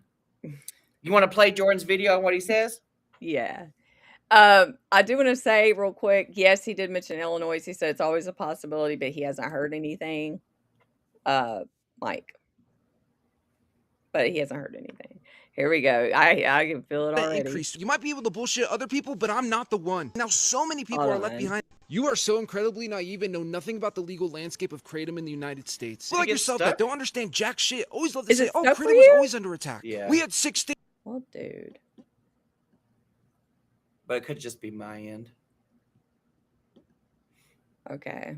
What about now? You are so incredibly naive and know nothing about the legal landscape of Kratom in the United States. Like yourself that don't understand jack shit. Always love to say, oh, Kratom was always under attack. We had 6 states that already banned it. That all happened after the DEA said they were going to schedule Kratom in 2016. The DEA changed their mind, but those states followed through. Then we had a 9-year gap. Not one single state banned Kratom until Louisiana did in 2025. 9 fucking years of making progress. Within a week span, we had 2 governors calling emergency schedulings. How are you this detached from reality? Right. Prior to 7-hydroxy in the market, we had to testify in 15 to 20 hearings per year. Last year, it was 300. That's a 14 to 1900% increase. You might be able to bullshit other people, but I'm not the one. am. Now, so many people are left behind and have access to nothing because of your foolishness. You are I love you. Yeah. Jordan is, just like Mac, just like everybody's throwing their gloves off, and we are fed up. Look, how fucking stupid are you? LOL. Every time you ingest kratom, you're also ingesting 7-0, but that's only trace amounts. Stop with the bullshit and lies. You know the shit that makes you feel good every time you take kratom? Yeah, that's 7-0H. The countless lies that kratom dipshits like yourself spew make me laugh. And that's what I'm saying. Keyboard Commando entered the chat. He also said something about damn it. Dropping me on the head. I love Andrew. Yeah, me too. And Connor's good. Yeah. There's a lot of where in the hell? Yeah, look at that. Shut the fuck up. That Jägermeister is what I'm gonna call that name. I don't know how to pronounce that. So. Oh, I think that's the one. 7-0 versus any opiate street drug is a complete safer option. I've taken kratom for 10 years. 7-0H for 3. Worst side effect was the cost and the constipation versus any opiate and death. People who want to ban anything like 7 are fools and deserve to have kratom banned too. We hear that all the time. All the time. Because fuck you banners. And also that was a stupid thing to say. Yeah. The first one I read, I thought it said bananas. Oh, it's not the main alkaline kratom. It's I wish I could find the how many times have you been dropped on your head? It's like whenever I try to go back to the comments, typical banner response. Oh, Stevie Cray is good too. Mm-hmm. Yeah, I can't but I mean, they say some crap that's like, dude, how do you not see yourself as being unhinged? I love Justin F. Yeah. I love Justin F. Todd is the absolute king. Todd, oh my God. You guys ever want to go see comment replies? Go to Todd Underwood's X account. Dude, he don't give a crap, dude. No. But yeah, I mean, if we could, we need to do like a thing about that one day and like just have like I just took a puff of my cigarette. Sorry about that. I should have said something. No, it's okay. Oh, my camera's off. Since the freaking KDA members want to do a video clip of me when I was taking a puff of my cigarette back in October. It wasn't weed. That's so stupid. It's, I might smoke weed maybe once or twice a year now. Yeah. Yeah, social media over there is brutal, dude. On X, yeah. Yeah. X and Reddit are just... there's this guy or girl, I don't know, shit, going back and forth with me right now in a Massachusetts Reddit thread, and I'm just like, you know what? I'm walking away. You ain't gonna be an energy vampire to me today. You know what? I'm living life all happy and shit, Kratom got my back. I'm not even on Kratom today. That's what they try and do. I mean, they try and just... They want to waste your whole day just arguing about the dumbest stuff. Yep. And just like when the name calling and stuff starts, I can't do that. Like, I'm just like, okay. I'll be like, whatever helps you sleep at night, buddy. When they come after me like that, or Mac or you or anybody else, I'd be thinking the amount of time and energy and effort they put in to do all these name callings and stuff, they could have sent a bunch of legislators emails, But I know that's right. Dude, that's what I'm saying. It's not like what we're at Kratom advocates. We don't give a fuck if you smoke a cigarette. We're not going around going, you're gonna get lung cancer if you smoke. Like, what does it matter what we do? I vape. Like, I don't care. I'm drinking a Monster Energy drink right now. I got my little Mountain Dew can. Yeah. So it's like, we all have our vices. Yeah. But we just want to keep kratom legal. What does it matter? What the hell? It was crazy how like they're pulling at straws, trying to, you know what I mean? Grasping straws. Yep. Because they tried to say, oh, you just testified at a board hearing talking about you were drug free or something like that. While they pop their fucking Xanax and drink their Miller Lights. And their wine. It's completely acceptable. Yeah, the ex-keyboard warriors are not going. They're not doing anything. Oh, Mike, I bring that shit up all the time. All the time. I'm like, and then I throw in the whole fact that we've advocated at over 300 hearings how maybe 2 or 3 708ers showed up, but they also took kratom. They'll be like, well, not every one of them's recorded. It's like, dude, if you have to sit there and say you were there, but it wasn't, come on. We know you weren't there. Yeah. Yeah, I did. I got my hair cut off, Lisa. Yeah. She got the bob. When I get some more energy, I'm gonna do that bob thing. I actually messaged Mel the other day. I was like, we got to do the bob thing. Do the bob trend. Yeah, her birthday was yesterday also. So happy belated birthday. It's birthday weekend, I guess. I guess so. Thank you. Oh, that's coming from a hairdresser. Alicia's a hairdresser. I didn't know that. Wow. She has her own setup and everything, and it is freaking beautiful. I've always wished I knew a hairdresser because, I'll always go to a different person almost every time, and this one was good. The first good haircut I've had in a long time. You are correct, Regulate California now. Dude, that's true. KDA has a better showing at hearings than the 708ers. KDA also has a better showing up than the supposed kratom advocates as well. And that's pretty sad. That's sad. I'm going to have to tell that haircut lady next time I go, I just had a professional tell me. Yeah. She was pretty, I am very happy with this one. You know what? None of us criticize the 708 consumers. So a lot of them are duped into it. And they may not know how ridiculous the stuff coming out of the 708 industry's mouth is. But if you're just around for a little bit, you can kind of tell. Yeah. They're spewing lies. Anybody that believes the stuff they say is just selective hearing type of thing. Yep. Regardless if you blame 7 or the AK industry, doesn't matter. We're fucked. Yeah, don't matter.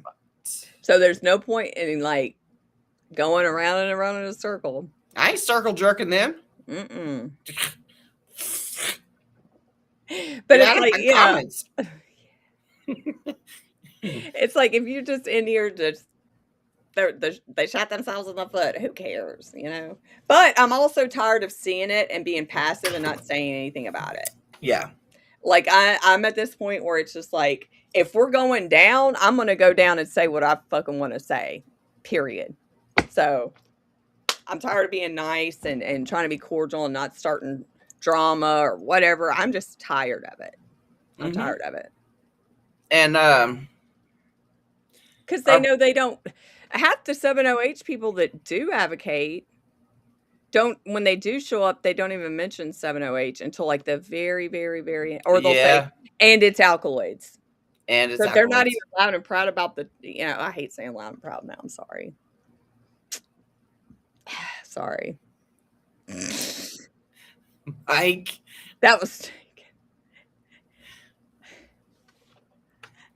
I'm not going to put that up here.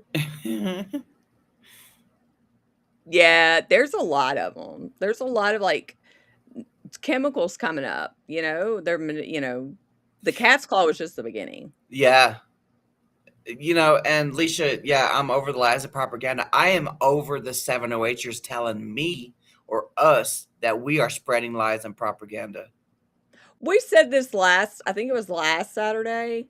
Me and Misty, we are very long time former ex-kratom gals back when it was the kratom gals and not the 708 gals. Mm-hmm. But we left because just some differences in opinion is all I'm going to say. We left because we started the kratom gals as it was supposed to be advocacy and awareness. Yes. And it shifted. Yeah. So we left and then it shifted even more. Mm-hmm. And so, like, when we started doing it, our only days to do this was Saturday. Like, Yeah. everybody knows that, or everybody, behind the scenes knew that. So, I think someone sent us a clip of her saying something about like there's so and so many hours of the week. I don't know why it's like, dude, come on, lady. You know that we did it. I have kids in school. We both have a life, and we're advocating our asses off Monday through Friday at these Monday through hearings. Friday. Like, there's no way we could do it. So that's why it's the same time. And so that's just to clear the air about that. Like, there's no malicious intent or anything like that about it. It's just like the only time that Jimothy. I hear Jimothy. Yeah. Misty's I hear him. Yeah, Misty's got a cricket. We named him Jimothy. Yeah, we named him after that short spine raccoon. Oh God, yes. No talk screen, but they had, and it's Twinkle. You know what? Actually, I have to say, Twinkle and Amanda do advocate. Good for them. Yeah, but again, that doesn't. Again, what you're advocating for is taking Kratom down. So right.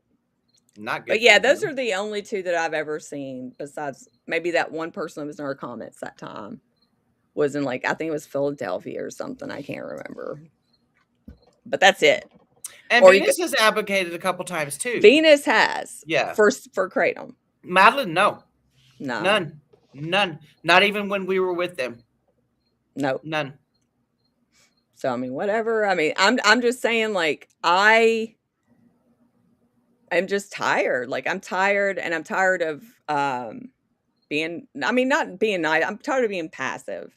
Yeah. And I think that everybody should say what's in their mind and in their heart. And that's how I'm going to start being. Yeah. Instead of passive. Like, I've always been a truth teller when it needs to be said. And I think sometimes I think it's the time that needs to be said. Yeah. Yeah. Venus, she not only has gone to hearings, but she has also advocated and Zoom calls plenty of times. Yeah. She has. So mad respect for that. I will say that. But, I will always give people credit when they go and advocate for what they believe in, but dang, do you not see it? Yeah. Like, do you not see that 7OH is why we even have to go advocate? And if that is the case, why in the world would you just constantly attack other people that are advocating for what they believe in? That's almost as bad as KDA. Yeah. At least, like, no. No. Yeah, I took it back. But it's like, there's two things. We're advocating for our things. Why are you going to attack me for advocating for my thing? Mm-hmm. Period. It's not the same thing, and you can't make me think it is. Or, you can't brainwash me. I know what I'm talking about. Yeah. Or I wouldn't be getting my ass up and advocating for something. Yeah. And it's like. Me too. I was sick. Like, I had so many mixed emotions about that Massachusetts ban. I was pissed. Yep. I was really pissed. It's all I could think about. Like, and I mean, Mike, you've been to some of those Massachusetts hearings, man. Like, we've been doing this for over a year, dude. Yeah. He goes to all these. He's be bopping all over to. Yeah, Mike be dancing on. Yeah. So if anybody has shit to say, I mean, Mike, he can call somebody out because he's back behind the scenes advocating. So I'm just saying, like, people need to start being called out for the shit. I'm sorry, that's just how it needs to be. Yeah. And we kept tight-lipped for a long time because Jen and I left. Exactly. There's nothing. I'll never. Oh, dude, I saw one of those HBO documentaries about chicken. I didn't eat chicken for years because I just. So yeah, dude, you can't unlearn it. Can't unlearn it. God. What was I going to say? Oh yeah. Well, Jen and I left. We left the Kratom Gals in May of last year. And we have been tight-lipped this whole time. Pretty much. Yeah.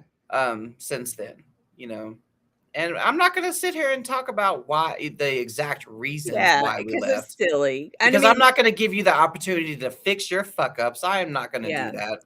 No.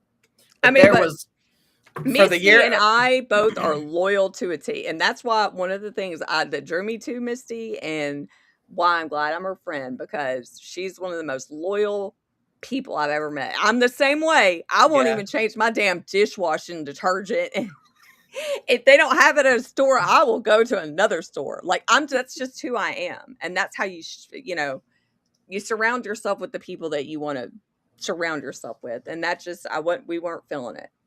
We're So. not into advocacy to make money or to figure out a stream of income. Or We are to be not in this. popular. No. You know. Amen, Heidi. I tell myself that a lot, but then something else dark happens. I know. I do try not to be pessimistic, but I do know that at the end of the day, truth and goodness prevails. It just, the waiting before it. Mm-hmm. And science. Yeah. And science has prevailed on 7OH, and that's another reason why they're not happy. Well, science on our side, because the 7OH still has not produced any science. After the billions they've made, they have not produced science. Thank you, Leisha. Yeah, thank you, Leisha. We appreciate that. And we're not in this either to divide people to follow us versus them. I think it's good to open, and I think a lot of the things that Mac's been doing and just bringing stuff to light, I think that's the way that I feel like I need to start living. It's just bringing everything that happens and being completely truthful about it. Yeah. There is nothing wrong with the truth. There's nothing wrong with being transparent at all. And I think it's good. I respect that. And so I'm like, you know what? That's how I'm going to start doing things. What Mac is doing by bringing to light what's going on over there is there's no lies detected at all. Just being transparent. She's going to make you think there's lies. There's no lies. Yeah. I want to eat a big bowl of ice creams and listen to Maisie Star. Who's Maisie Star? You know who Maisie Star is? Okay. Oh. If you heard one of her songs, you'd be like, oh, okay. Probably. Yeah, you would. My uncle Paul liked her. Let's see what Castle. I just clicked off. Go ahead, Misty. Dang it. Okay, so it doesn't bring up the full comment. I have been on literally 15 different prescriptions over the last 5 years, probably more. I don't need any of those now and have gotten the most pain relief I've ever gotten in my last 15 years in the pain management clinic. I can't imagine why I had to suffer so long. Yeah. I refuse to go back. I understand the passion. Thank you for all that you do. Yeah, girl. That's exactly how I feel for so many years. For 20 years, I've had to deal with chronic pain. And like the past 7 years, I'm just like, dude, I will never go back. I will never go back to what I was before. I don't care. I just won't. And I will fight for anybody to not have to go back, for anybody who hasn't even found kratom yet. Mm-hmm. And that's why I fight every day. Shit, I'm tired a lot, but you know what? I still get up and go. Yeah. I still get up and go because that's just the right thing to do. Yeah. That is what kratom does. Yeah. I have not been back to pain management over 7 years now. In over 7 years. Thank you, Deborah.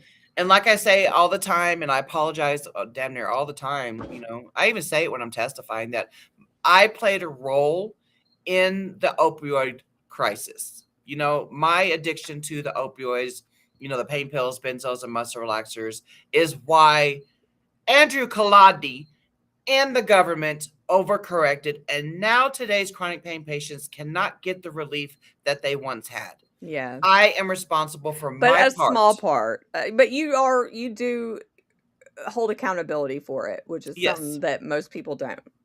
But, I mean, and that's never been something that you've ever tried to run away from. Even though I still say it's a small part. I think it was part of a big, big picture. Did you see what she said? What? Deborah, she said, I love you both. We'd love you too, Deborah. You're an awesome But chick. yeah, Deborah girl. She said, I want to go get some cereal milk at the Kava Bar or in Nashville. Oh. Yeah, she wasn't with us. Yeah. That was I'm telling you, that cinnamon kava drink was literally like Cinnamon Toast Crunch. Yes. Cereal milk. Yep. I forgot what's the name of the one that I got, but mine was good as heck too. Yeah. Man, that was I'm so glad y'all got to come that time. I mean, it did suck, but it was cool. We got to like hang out. Yeah, the Queen of 1994. I'll probably hear it. And be like, okay, that's who that person is. You have made up for that, Misty. Trust me. I mean, you know. I do think about that when you say that like in your testimony. I'm like, dude, you've made up for it more than anybody else could have, you know? Because it's what I use kratom, natural kratom. I use the plain leaf powder. That's what I use for my chronic pain relief now, and my anxiety relief, and my depression relief. Yeah. You know, and what I feel like the way that I could pay it forward or pay back what I did was by trying to keep kratom legal so that the next Misty can find it. Because when I found it in 2019, I had no idea that kratom was a thing on this earth. Yeah. I would have probably gotten out of active addiction way sooner. I probably could have saved my mom, my dad, you know? Yep. I think about that too, and I'm like, God, this could have been life instead of fucking pill counting every month. Pill counting every month and being miserable anyway. But, you know, I think it makes us appreciate it more. Having to go through Yeah, Alicia, me and you have talked about this numerous times. You know, it's like, I'm so ashamed that I brought that burden on folks that need opioids. I am too, you know, and me and you have did our own like telephone therapy on this. You know, it's like, yeah, and because of the Andrew Kolodny and the Andrew Kolodnys of the world, Killer Kolodny. Yeah, Killer Colonoscopy. Killer Kolodny. Yeah. Killer Colonoscopy. Yep.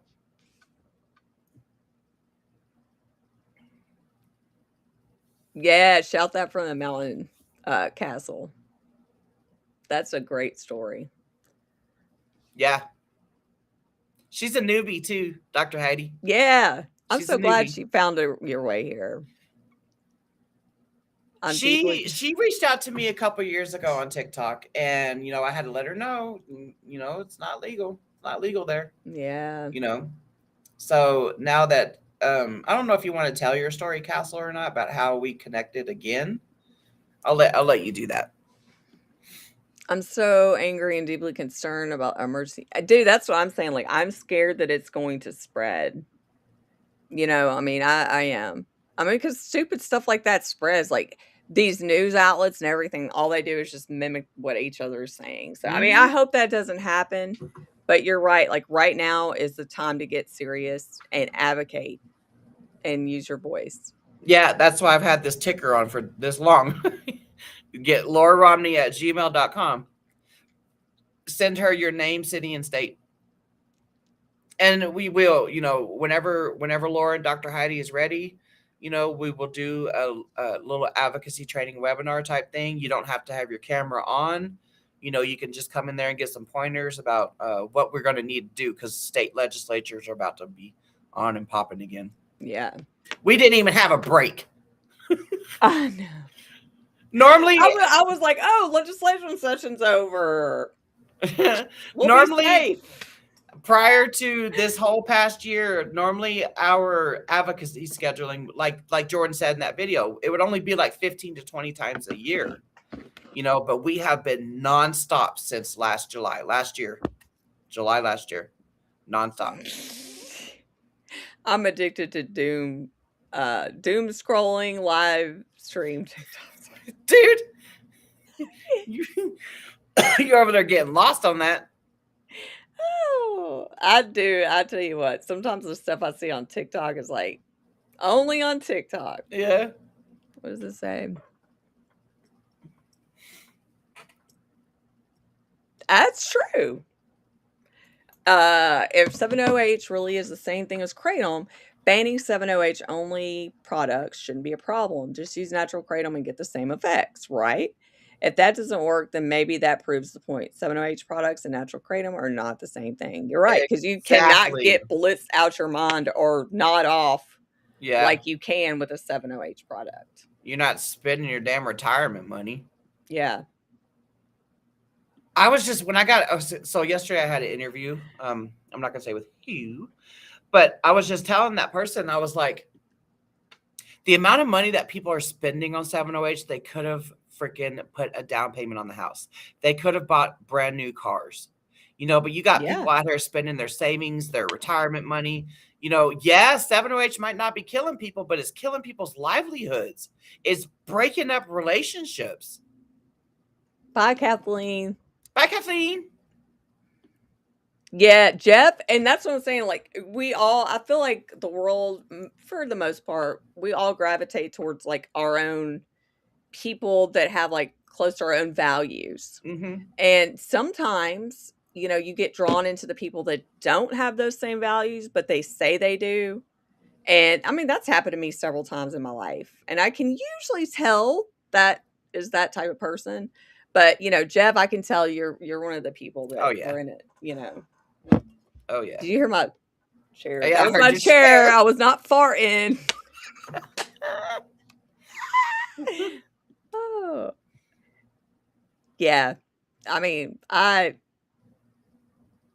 wait. Okay. I didn't know that. Oh, nice, Bill. Or you just get caught up on the comments? Huh? Yeah. I'm sorry if I don't go over each comment, but thank y'all for being here. Like I said, you know, people that really do care and that are doing stuff is the people right here in these comments. Videos on how bad kratom is or got hooked on how. Oh yeah, they're just doing it to get likes. They are likes and views, and a lot of the media is just as bad. Yeah. Like I've talked to and I know you probably can say the same thing, Leisha. Like you'll talk to a news journalist. Like I'm not even going to say which one it was, but they reached out to me, and then when the article came out, like, really, dude, that's it, yeah. Really. Like so. My advice for anybody that's being interviewed by anyone: always record it. Record the interview. And I learned that the hard way, because in December 2023, when we went to the congressional briefing thingy in DC at that time, the Washington Post guy was there, and he wanted to interview me, and I was like, well, what's this going to be about? You know, and he framed it as, well, you know, kratom has saved you from the opioid epidemic, that I want to, you know, show other people that kratom, if they're, you know, still caught up in that, you know, epidemic or whatever, that it can help them. When he published my story, it did not go in an article like that. It did not. And it's like one of those jaw-dropping things, like, what? Yeah. Yeah. And I mean, again, like that's all, you know, you learn your lesson by doing and experience and stuff. But yeah, like, and I'll forget sometimes. I'm just be like, don't forget to record it. Yeah. Don't forget. Yeah. I think that there's a lot of people I hope that there's a lot more people that step up to see advocating, because they see that it's serious right now. Like it is serious. You know, and it's been serious. It's just now it's on a whole nother level. Yeah, media is corrupted. Bye, Jeff. Enjoy the rest of your weekend. Yeah, the media is shady. I mean, they really are, for the most part. And the people that do run the good stories, you never hear about the good stories. No. You know. What do you always say? Sadness or whatever sells. I can't remember what you always say. Negativity sells or something. All press is good press. Mm-hmm. All right. Well, I guess we're going to wrap it up. But thanks everybody for coming. I think we answered everything. I'm so glad he went over that Congress bill. Because like I know there's a lot of going around about that. Yeah. Oh yeah, the headlines alone, like, and the thing is too, like the headlines will be like, kratom killed this baby, and then you click on it and it's like, the mom was a in the car. I don't know. It's like nothing to do with kratom, and the baby ends up being an 80-year-old man. It's like, what? It has nothing to do with anything this headline's about. There was just another story that came out the other day about another kratom theft in Texas, and the guy stole $200 worth of 7-OH tabs. They named the tabs in the damn article, but it's freaking on the headline. I just don't understand how it's so difficult to understand. Pill, not kratom. Dried up tea leaves, kratom. It's not hard. It's literally the most simple thing in the whole wide world. I wanted to mention though, Mac was bringing up the metragenine trial. Yeah.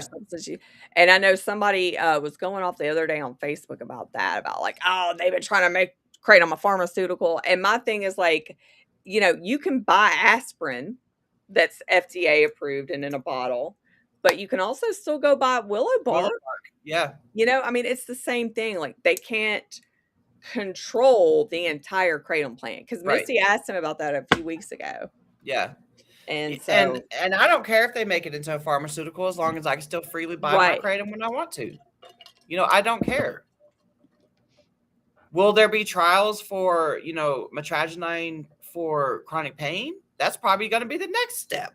Right. And if people, there's a lot of people that's like, I don't like that crusty, nasty powder. Well, then you'll have an option. Yeah. Go get it from the doctor. That's right. Or you can learn how to toss and wash. We got both goats are in the audience. We got Laura and Heidi. Yeah, we got, got your thing on the ticker, and we were still talking about how we're going to do, advocacy webinar type training whenever you're down, Laura. Yeah. Whenever you're down. And I think it'll be fun. I hope we have a lot of people show up. Because, I mean, I know when you first get started with the advocating, it's a lot of questions and stuff. And to get to show people how easy it is to do, like, remote testimony and stuff would be cool. Yep. It has been serious the whole time. People have been dependent on AKA. But then it's like, at the same time, some of those same people are now just going off... saying some of those same people that relied on the AKA for so many years are now just talking crap. Now the AKA is the enemy, because the AKA, or specifically Matt Caddo, is calling you out on your bullshit. Now he's the enemy. I swear, not all kratom advocates are created equal, y'all. Facts. Yeah. And we'll end it with that. Everybody have a great weekend. Yeah. Y'all have a great weekend, and we'll see y'all next Saturday. Bye, everybody.